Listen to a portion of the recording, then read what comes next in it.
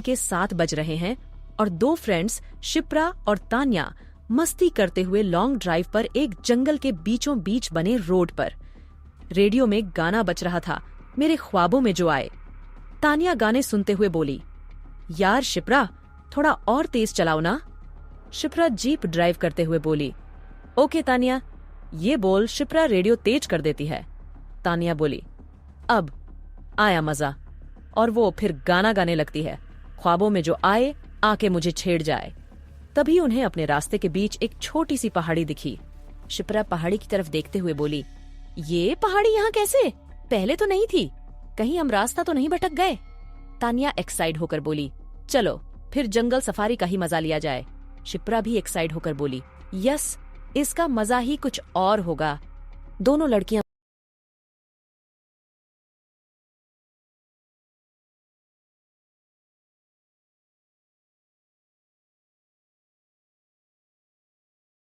के मूड में थीं और वह गाड़ी जंगल की गहराइयों में घुसती चली गई। अचानक उन्हें रोड पर खून से लथपथ एक घायल आदमी दिखा।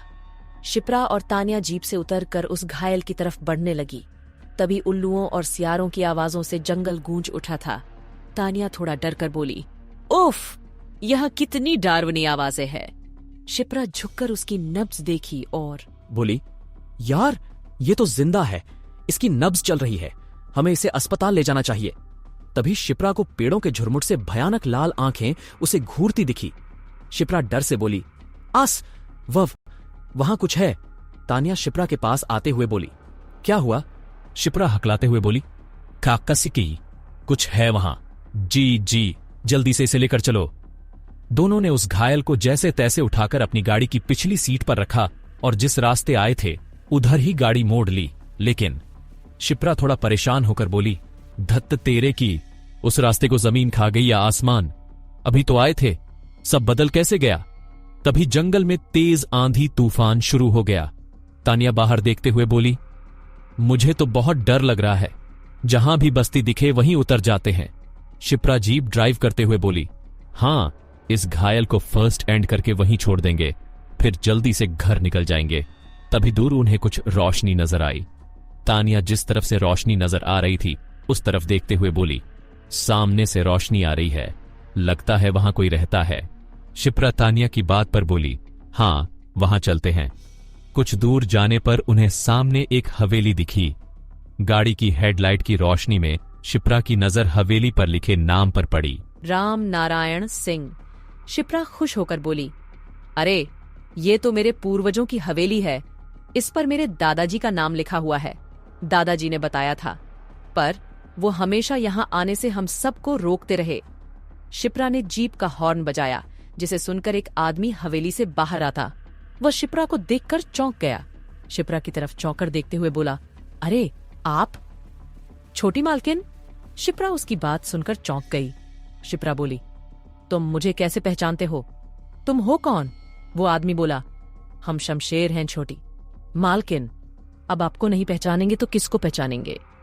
शिप्रा जीप से बाहर निकल बोली, अच्छा, गाड़ी में एक घायल व्यक्ति है, उसे उठाकर अंदर ले चलने में हमारी हेल्प करो शमशेर। हवेली के अंदर पहुंचते ही तान्या को प्यास लग गई। तान्या शमशेर काका की तरफ देखते हुए बोली, शमशेर काका, आप एक गिलास पानी ला देंगे प्लीज? शमशेर काका बोले, जी अभी लाया। तभी शिप्रा की नजर कमरे में लगे बड़े से झाड़ फानूस पर गई। शिप्रा तान्या से बोली, वाओ तान्या, देखो कितना सुंदर झाड़ फानूस है। शिप्रा के इतना बोलते ही झाड़ फानूस का आकार बदल गया और उसकी सभी मोमबत्तियां तेज रोशनी के साथ जल उठी। तान्या चौंक कर बोली, ये अचानक बदलकर जल कैसे गया? शिप्रा भी डर कर बोली, हे भगवान, ये हो क्या रहा है? चलो भागो, कहीं यह भूतिया तो नहीं? शिप्रा के इतना कहते ही तान्या डर कर कमरे में दिख रही सीढ़ियों पर भागी। शिप्रा उसे रोकती हुई उसके पीछे भागी। शिप्रा भागते हुए बोली, तान्या रुको, हमें हवेली से बाहर की तरफ भागना चाहिए। लेकिन तभी एक भयानक शैतान तान्या को मार देता है। पूरे सीढ़ियों पर खून ही खून हो गया था। शिप्रा डर से चिल्लाई नहीं। शिप्रा की चीख सुन शमशेर भागकर वहां आया। शमशेर काका वहां आ बोले, क्या हुआ छोटी मालकिन? शिप्रा डर से हकलाते हुए बोली। वाओ, वहां सीढ़ियों पर तान्या को के किसी ने मार दिया, शमशेर काका बोले। लेकिन वे तो सीढ़ियों पर खड़ी है, देखिए। सीढ़ियों पर खड़ी तान्या भय और आश्चर्य में डूबी शिप्रा को देख रही थी। शिप्रा बोली, पर अभी 1 सेकंड पहले तो। तान्या, तुम ठीक तो हो? तान्या बोली, हाँ, पर सीढ़ियों पर आगे कुछ है, शायद कोई मॉन्स्टर। शमशेर उन दोनों की बातों को बीच में रोकते हुए बोले, आप लोग पहले यहां सोफे पर बैठिए, फिर बताइए क्या हुआ। सोफे पर बैठते हुए शिप्रा की नजर पास पड़े एक बड़े सोफे पर पड़ी। शिप्रा परेशान होकर बोली, अरे अब ये घायल कहाँ गया? उसे इसी पर तो हमने लिटाया था। तान्या बोली, और वो बेहोश था। फिर शमशेर काका बोले, अरे मैं देख कर आता हूं अभी। शिप्रा हड़बड़ाते हुए बोली, नहीं, हम भी जाएंगे, चलो तान्या यहां से। तान्या भी बोली, हाँ शिप्रा, मुझे भी बहुत डर लग रहा है, चलो यहां से। शमशेर काका उन्हें समझते हुए बोले, आप लोग यही बैठिए, डरने जैसी कोई बात नहीं है। छोटी मालकिन, यह तो आपका अपना घर है। शिप्रा बोली, हाँ, पर यहां कुछ ठीक नहीं है, तुम उस घायल को ढूंढ कर लाओ और उसकी मरहम पट्टी कर दो। तान्या शिप्रा की बात सुन बोली, हाँ, हम लोग अपनी गाड़ी से घर चले जाते हैं। शमशेर काका उन दोनों की बात सुन बोले, ठीक है, फिर मेरे आने तक रुकिए, मैं खुद आप लोगों को जंगल से बाहर सड़क तक छोड़ दूंगा। शिप्रा बोली, हाँ, यह ठीक रहेगा, हमें जंगल से बाहर निकलने का रास्ता भी नहीं मिल रहा था। तान्या शमशेर से बोली, ठीक है, हम रुकते हैं, लेकिन तुम जल्दी आना। शमशेर उसकी बात सुन बोला, जी, बस गया और आया। ये बोल वो वहां से चला गया। लेकिन शमशेर के जाते ही उन्हें हवेली में से ही कहीं से पायल की आवाज आती सुनाई दी, छन छन छन छन। शिप्रा बोली, ये पायल की आवाज कहां से आ रही है? तान्या बोली, लगता है कोई और है हवेली में। शिप्रा सोफे से खड़ी हो बोली, मुझे लगता है अब हमें उस घायल की चिंता छोड़ यहां से चले जाना चाहिए। तान्या भी खड़ी हो बोली, तुम ठीक कह रही हो शिप्रा, चलो चलते हैं। दोनों जब मुख्य दरवाजे पर पहुंची तो उन्हें दरवाजा बंद मिला। तान्या घबराते हुए बोली, ये दरवाजा कैसे बंद हो गया? हे भगवान, हम यही कैद हो जाएंगे क्या? खोलो इसे जल्दी। दोनों ने दरवाजे को खींचकर खोलने की बहुत कोशिश की, लेकिन दरवाजा नहीं खुला। तान्या परेशानी से बोली, आउच, ये तो खुल ही नहीं रहा, अब हम बाहर कैसे निकलेंगे? शिप्रा कमरे में देखते हुए बोली, कमरे में कहीं और देखो, शायद कोई और दरवाजा हो। तान्या ने इधर उधर नजरें दौड़ाई तो उसे कमरे के एक कोने में एक दरवाजा दिखा। तान्या शिप्रा की तरफ देखते हुए बोली, शायद वहां है, चलो उसे खोलते हैं। शिप्रा उसकी बात पर बोली, हाँ चलो।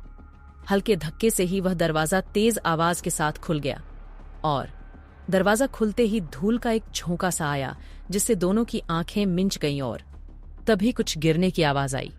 शिप्रा डर कर बोली, ये आवाज कैसी है? तान्या भी डरते हुए बोली, यार रहने देना, बहुत डर लग रहा है, दरवाजा बंद कर देते हैं। शिप्रा थोड़े हिम्मत से बोली, हिम्मत करके बढ़ो, बाहर निकलने का रास्ता तो ढूंढना ही होगा ना। तान्या बोली, तू जाकर देख, मेरे पास इतनी हिम्मत नहीं है, मैं यही खड़ी हूं। वह अंधेरा कमरा शायद वर्षों से बंद था।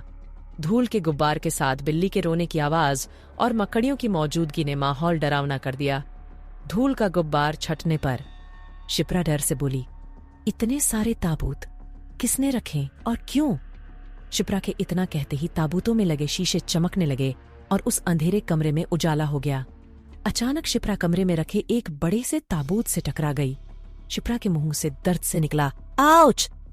और वह कुछ देखकर पूरी तरह से डरकर चीख उठी।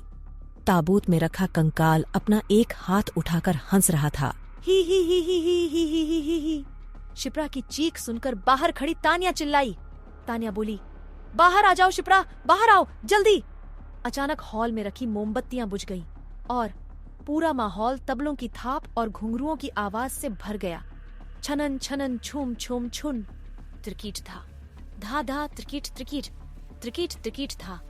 तान्या चौंक कर बोली, अरे ये मोमबत्तियां कैसे बुझ गई? और लग रहा है जैसे कोई डांस कर रहा हो।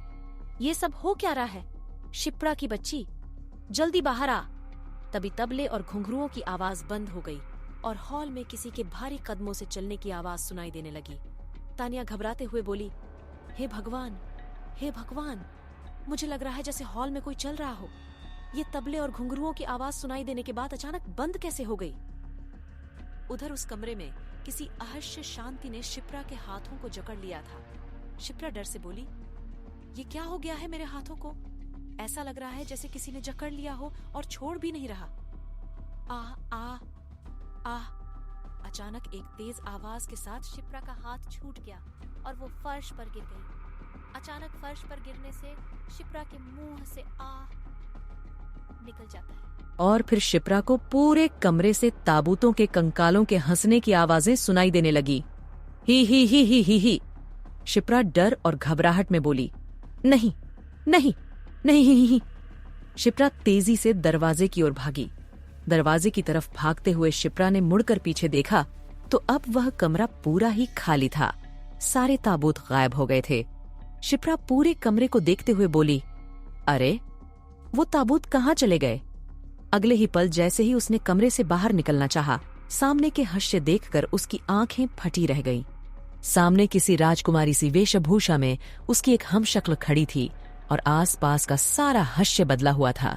शिप्रा एक चीख के साथ जमीन पर बेहोश होकर गिर गई। ओ नहीं ई। शिप्रा की चीख और गिरने की आवाज सुनकर तानिया कमरे में आई, लेकिन तब तक शिप्रा का देखा हुआ हास्य गायब हो चुका था और कमरे में अंधेरा छा गया था। तानिया डर और परेशानी में बोली, शिप्रा, शिप्रा, क्या हुआ? उफ, इतने अंधेरे में तो कुछ दिखाई भी नहीं दे रहा। फोन का टॉर्च ऑन करती हूँ। और तानिया के थोड़े से प्रयास से ही शिप्रा को होश आ गया। तानिया शिप्रा के कंधे को हिलाते हुए बोली, शिप्रा प्लीज आंखें खोलो शिप्रा। तभी पीछे रखी मूर्ति ने अपने पंजे में तानिया के दाहिने हाथ को जकड़ लिया। तानिया के हाथ पर मूर्ति का शिकंजा कसता जा रहा था। तानिया दर्द से बोली, आहा आहा ई आहा, इसका कसाव तो बढ़ता जा रहा है।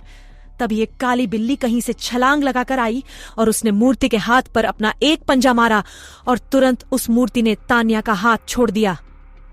तानिया कंफ्यूजन में बोली, आचार्य है, इस बिल्ली के पंजा मारते ही मेरा हाथ उस मूर्ति की जकड़ से आजाद हो गया, पर यह बिल्ली आई कहां से? तानिया डर से शिप्रा से बोली, कुछ तो गड़बड़ है यहां, भागो यहां से और दरवाजा बंद करो। और दोनों भागकर हॉल में आ गए। शिप्रा परेशान में बोली, कहां फंस गए हम? घर फोन लगाते हैं, कोई तो आएगा हमें लेने। शिप्रा अपने फोन में देखते हुए बोली, धत्त तेरे की, यहां तो नेटवर्क ही नहीं है। तानिया बोली,